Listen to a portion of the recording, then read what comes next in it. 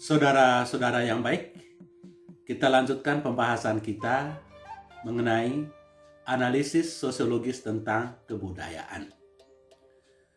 Kebudayaan merupakan sarana bagi kita untuk bisa memahami diri kita sendiri dan juga dunia sosial yang ada di sekitar kita. Namun demikian, ilmuwan sosial mempunyai tugas untuk memahami masyarakat dan kebudayaannya.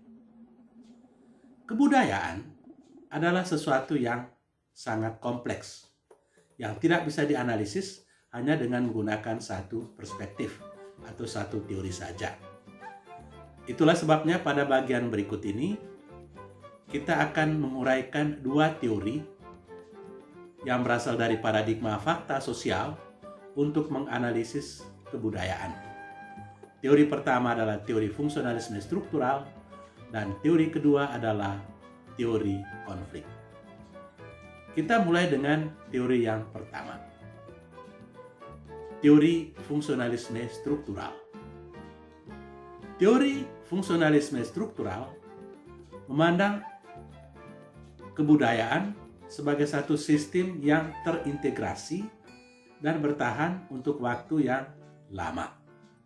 Oke. Di dalam sistem itu, setiap unsur atau setiap elemen berkontribusi untuk operasionalisasi kebudayaan tersebut atau operasionalisasi keseluruhan sistem di dalam kebudayaan tersebut. Dalam hubungan dengan ini, teori ini melihat nilai-nilai sebagai fondasi atau fundamen dari masyarakat. Jadi basis atau fondasi dari masyarakat itu adalah nilai-nilai. Dan nilai-nilai itu disosialisasikan melalui bermacam-macam cara. Oke.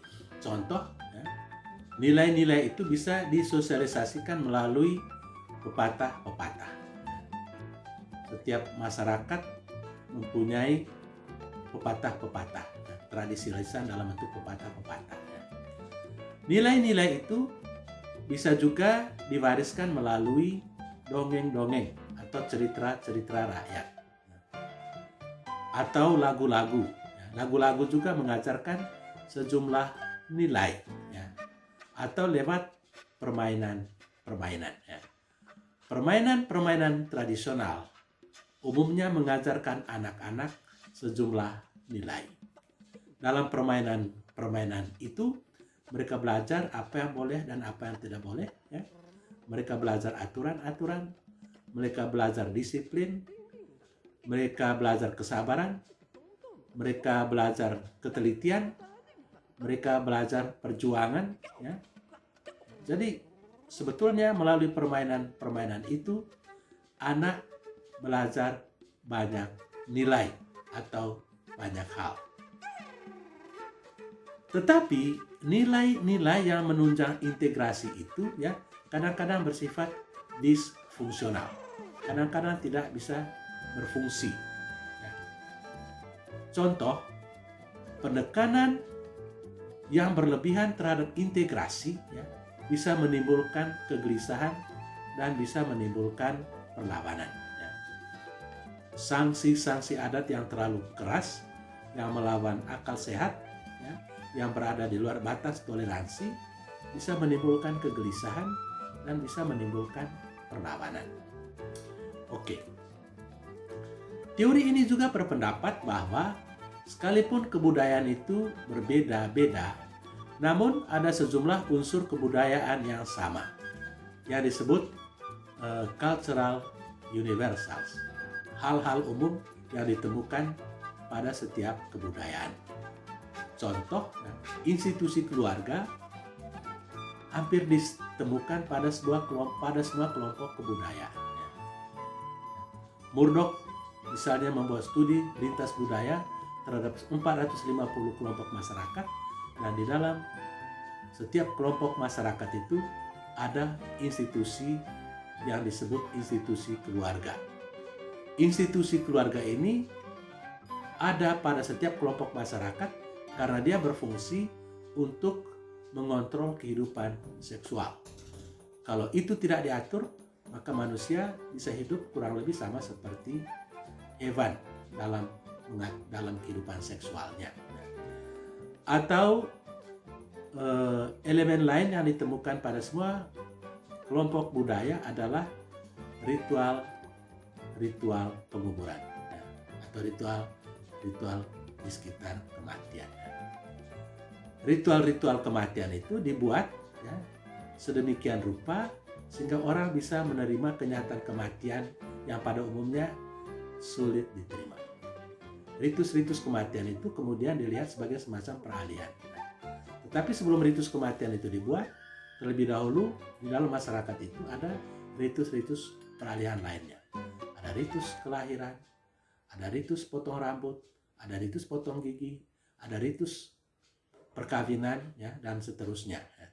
Ritus-ritus itu atau ritus-ritus peralihan itu dibuat supaya orang bisa melihat kematian sebagai satu peralihan semata-mata, sebagaimana halnya kelahiran dan perkawinan.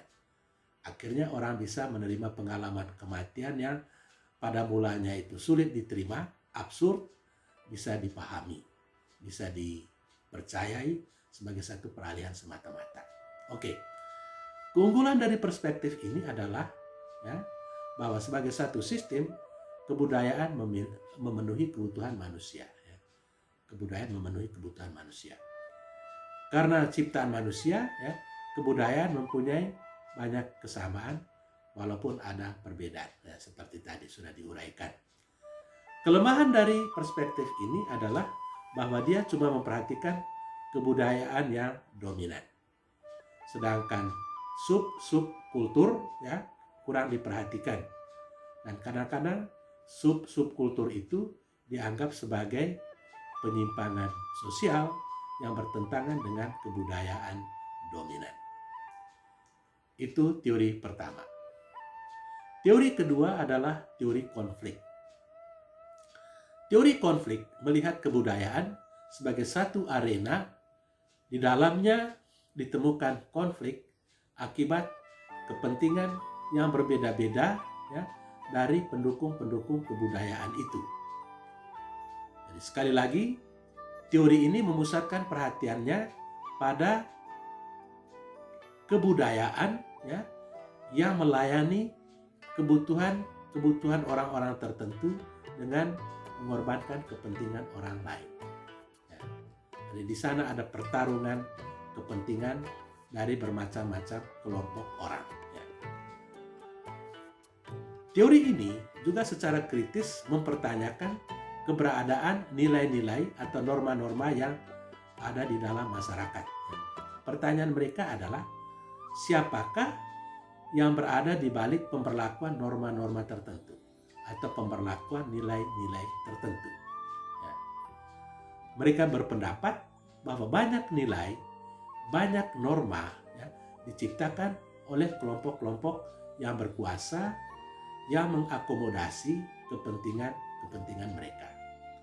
Contoh, dalam masyarakat patriarki, banyak norma, banyak nilai diciptakan oleh kaum laki-laki yang cuma memperhatikan kepentingan mereka dan mengabaikan kepentingan kaum perempuan.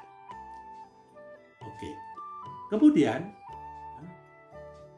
kelompok ini juga, atau teori ini juga melihat bahwa nilai-nilai individualistis atau semangat kompetisi merupakan produk dari masyarakat kapitalis yang tentu saja menguntungkan mereka atau mengakomodasi kepentingan mereka. Karena nilai-nilai individualistis itu dan semangat kompetisi sangat penting dalam masyarakat kapitalis.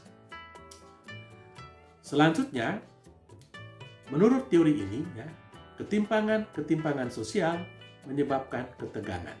Ketegangan menimbulkan konflik, dan konflik itu menimbulkan perubahan sosial. Biasanya, orang-orang yang kurang beruntung nasibnya akan menuntut perubahan. Sementara itu, orang-orang yang mapan hidupnya tetap berusaha untuk mempertahankan status quo. kedua kelompok ini akan selalu terlibat dalam konflik, dan konflik itu akan menimbulkan perubahan sosial. Oke. Keunggulan dari perspektif ini adalah dia berhasil menunjukkan bahwa elemen-elemen budaya tidak selalu bisa memenuhi kebutuhan anggotanya secara sama. Ada kelompok yang diuntungkan, kelompok yang berkuasa sangat diuntungkan, ada kelompok yang tidak diuntungkan, yakni mereka yang kurang berkuasa. Tetapi kekurangan dari teori ini adalah dia selalu menekankan bahwa perbedaan-perbedaan itu selalu menimbulkan konflik yang pada akhirnya bisa menimbulkan perubahan sosial. Padahal dalam kenyataannya perbedaan-perbedaan elemen budaya itu bisa saling melengkapi. Apa yang kurang dalam budaya tertentu bisa dilengkapi oleh kelebihan yang berasal dari kebudayaan lain.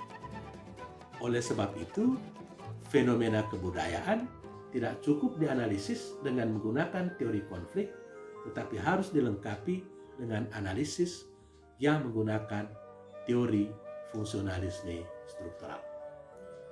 Saya kira untuk sementara pembahasan kita mengenai analisis sosiologis tentang kebudayaan sampai di sini. Sekian dan terima kasih.